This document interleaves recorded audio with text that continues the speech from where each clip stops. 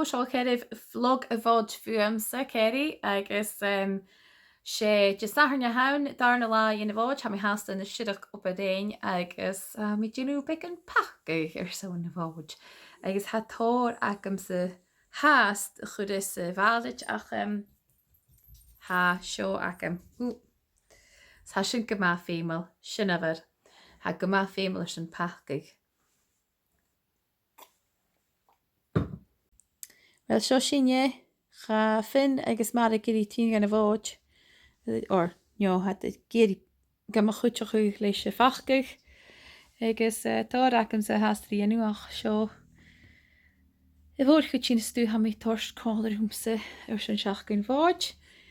Tréinean ó tapla sa fin cum sin Dheathain léimhe agus sal an ard go má sóirte mis mentin ar son fearbis gléthánríte de thuine agus rútain deabhroch an seo le tarstan céad chócha má.